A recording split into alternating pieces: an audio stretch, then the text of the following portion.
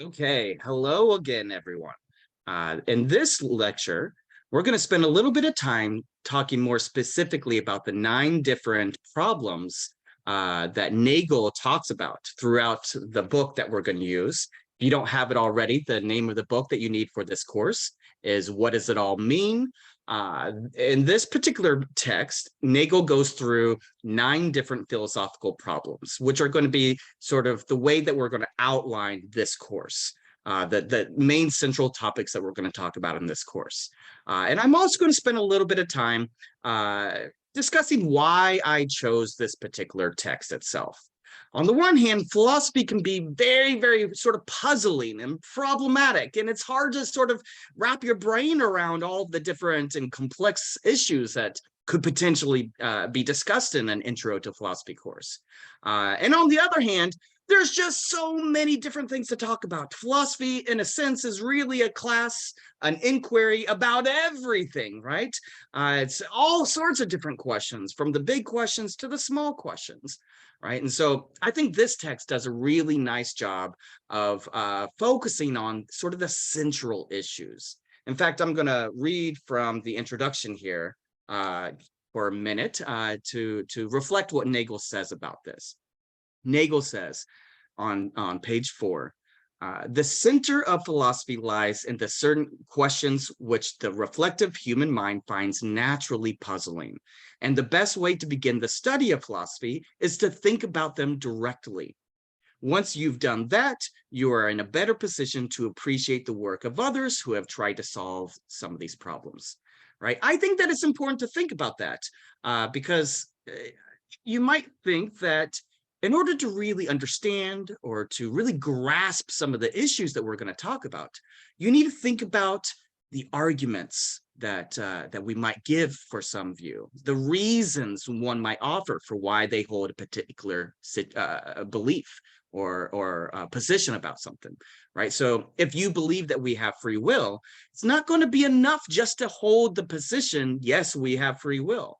You really need to give the reasons or arguments, consider the objections somebody might have for or against, these different views. It's only by thinking about the reasons and arguments that we can really begin to understand and grasp these very jarring issues, these jarring problems, right?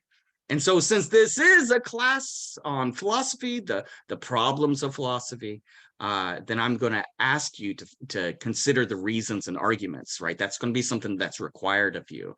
And by doing that, you'll be able to engage with and really grasp the issues that we're going to consider, right? So that's one reason. I think that Nagel in this particular text does a really nice job of extracting away from some of the larger and more abstract problems and focusing in on some of the particular issues that we're going to consider. And we'll talk about those in a second. But on the other hand, a second issue that I think is important to consider is just a pragmatic issue, a pragmatic reason for why I've chosen this text. It's a short introductory text, and this is an introductory course that's done over the summer. We're only going to have 5 weeks to go through all this material, so I think it's helpful just to have a short, small text that will allow us to engage in a deep and thoughtful way about some of the central issues. And then finally, a third reason why I really like this text is it's going to help us to kind of consider the rich philosophical problems that are puzzling and have for thousands of years kind of haunted our minds. Questions about like whether there's an external world. How do I know there's other minds? These sort of really rich, deep, problematic issues. But we're also going to be able to compare those to some of the more basic scientific issues and scientific ways of going about doing inquiry. So I like to consider a philosopher named Bertrand Russell when bringing this point up. Bertrand Russell was a philosopher who lived in the turn of the 20th century to the mid 20th century, right? And he had this really nice book called The Problems of Philosophy. And in this book, he draws a distinction between philosophy and science. Science gives us concrete answers, sort of a consensus about such and such.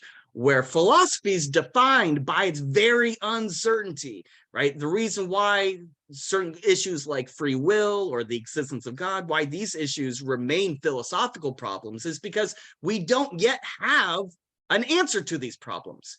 Once philosophy moves from the area of uncertainty into an area of consensus and more concrete answers, then it's no longer really a philosophical problem or issue. And now it's more of its own scientific domain. It's sort of a branch of the sciences. And so that's a nice distinction to make. But at the same point, that doesn't mean that there is no overlap whatsoever between science and philosophy. You might think that philosophers can ask philosophical questions about science, right? So if we've got questions about maybe the beginning of the universe, the Big Bang, there still may be philosophical questions that we can ask with regard to those scientific theories, or other sort of issues about biology and evolution, right? We may have a consensus that evolution occurs, and that's our best sort of theoretical story of how there's such diversity of species and life here on planet Earth. Nonetheless, we can still ask philosophical questions with regard to evolution and biology and so forth. And so there's another little passage that Nagel offers in the first introductory chapter that I want to read to you, because I think it's important to recognize that the mere fact that philosophy is defined, at least in part, by its very uncertainty, does not mean that philosophy has no answers, right? That there are no actual answers to the sort of questions that we're going to be considering. Right. So take, for instance, the question of whether or not we have free will. Well, just because philosophers haven't really given us any sort of a concrete answer to that question does not mean there is no answer, right? It doesn't mean that it's like, just up to you. Maybe you think this, maybe somebody else thinks that, and it's all relative to whatever you think or what your culture or society says. Right, that kind of relativism, while some people may hold that sort of view, and that doesn't mean that there is no answer to all of these questions. Just think about the issue of whether or not there is a shape to the earth, right? One person may think that the earth is round or spherical. Another person may think that the earth is flat. The mere fact that they disagree about the shape of the earth does not mean that there is no answer to the question of whether or not the earth is round or spherical.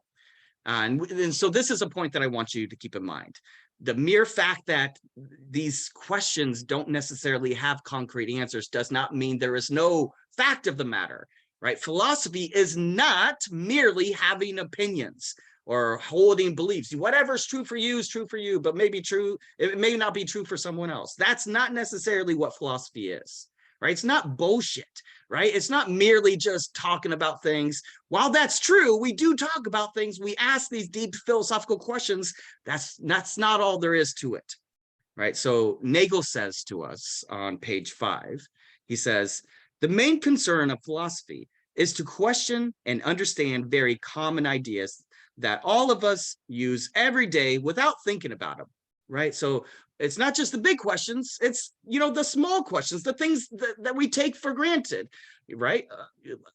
For instance, philosophers might ask whether or not tables and chairs exist. We assume they do every single day. That's sort of a part of getting through our daily routine.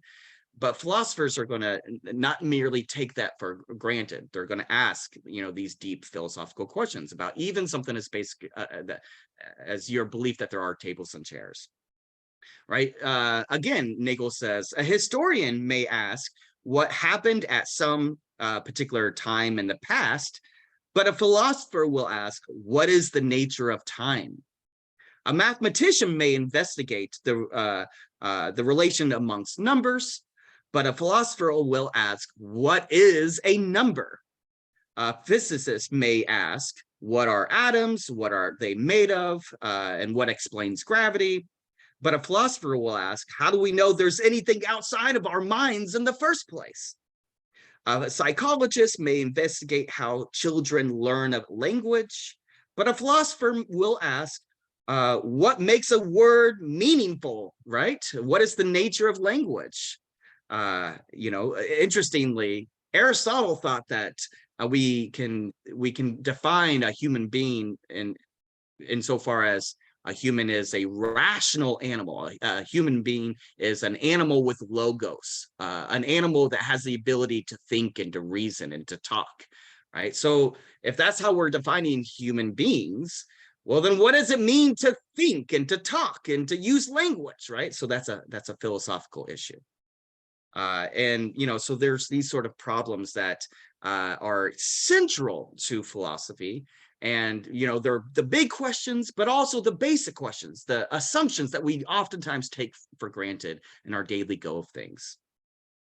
All right, so what are the 9 philosophical questions or problems that Nagel is going to focus on, right? Each chapter in the book and your text is going to focus on one of these.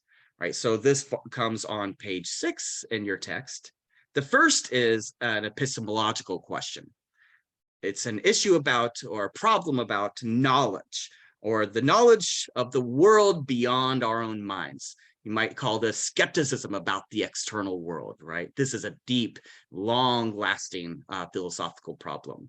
It goes back to people like Rene Descartes and even Plato, if not even before Plato or Socrates, right? So that's an epistemological question. Another epistemological question is knowledge of other people's minds. I may be certain that I have a mind, but how do I know other people have minds?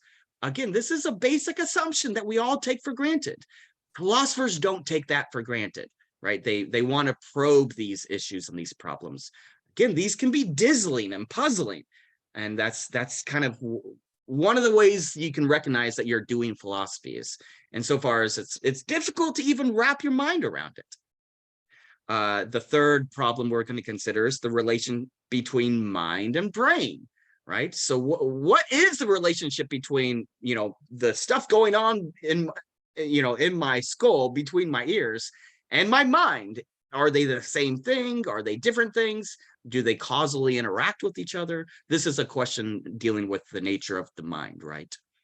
The fourth problem is, how is language itself possible?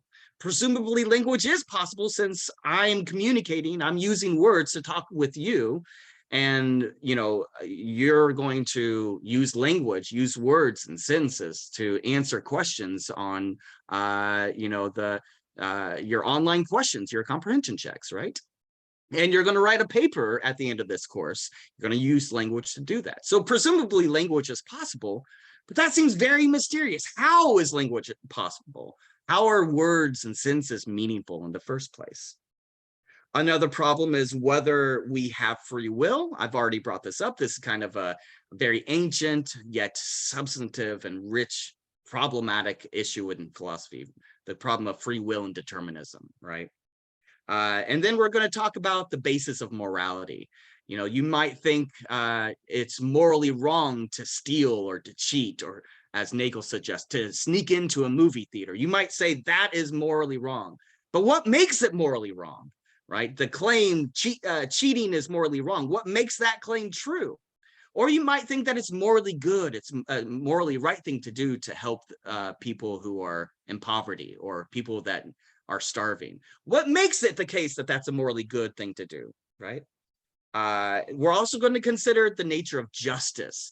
Again, this is a deep philosophical problem that goes all the way back to Plato and Socrates with the Republic. In the Republic, Plato talks about what is justice? What is it to have a just soul? What is it to have a just society? What is it to structure society in a just and equal or equitable way? This is a very interesting problem, and actually allows us to do what's called what we might think of as Platonic aporia. This is a term that's spelled A-P-O-R-I-A. Now, Platonic aporia is where we don't really get an answer to the question that we're trying to answer, right? So in the Republic, this happens with regard to the nature of justice. It also happens with regard to the nature of knowledge and the nature of goodness, right? Plato wants to investigate what are the necessary and sufficient conditions to have knowledge, or to know what the good is, or to know what a just society is. And we go through this long text in the Republic, which is one of the most important pieces of literature in all of Western society. And we never get an answer, right? We never get a direct answer of what is the nature of justice. But there's a reason why Plato does this. And this is the notion of Platonic aporia, where Plato doesn't want to just give us the answer. He wants us to go beyond the text. He wants us to go beyond the surface level of what is talked about in the actual, the book that we're reading. And he wants to try to figure it out for ourselves, to think for ourselves, to ask deeper and richer questions beyond what's in the text itself, right? To engage in communication, engage in a discussion with our peers, right? So that's something we're going to do in this class. Again, philosophy is not just reading this information and kind of regurgitating it on an exam or answering some questions. I want you to think for yourself. I want you to go beyond the text. I want you to kind of consider the reasons and arguments and the problems that are involved. And it's by doing that that you'll have a better understanding, a better grasp of these problems. Right. So that's one of the reasons why we're going to consider these problems, right? The last two problems are some of the most difficult problems. The eighth problem is the nature of death itself. What happens when we die? Do we just return to the earth? Are we nothing more than dirt and dust? Or is there something more to all of this? And then finally, the ninth problem we're going to consider is the meaning of life. Right? Is there a meaning of life, or maybe we make meaning for ourselves? We find meaning in the small things. What is the reason for existence? Why are you here in the first place? Why am I here? What's meaningful to me? Right. So these are the problems that we're going to be concerned with, that Nagel introduces in this introductory chapter, and that we are going to explore throughout the course. Now, I should mention that even though Nagel in the text itself does not really get into any of the actual philosophers who bring up and talk about some of these issues. For instance, Descartes talks about the nature of the mind versus the nature of the body, right? Plato talks about the nature of justice. All right, Nagel doesn't really get into the philosophers or the history or the cultural significance around these philosophers and what they had to say. He focuses specifically on the problems himself. And I think that's helpful for this class, since this is such a short introductory course over 5 weeks during the summer. Nonetheless, I will at times bring up some of the philosophers and what they had to say about these problems. So that is kind of just our basic getting our feet wet with regard to this first introductory chapter. What we'll do from here on out is we'll explore these problems in much more detail.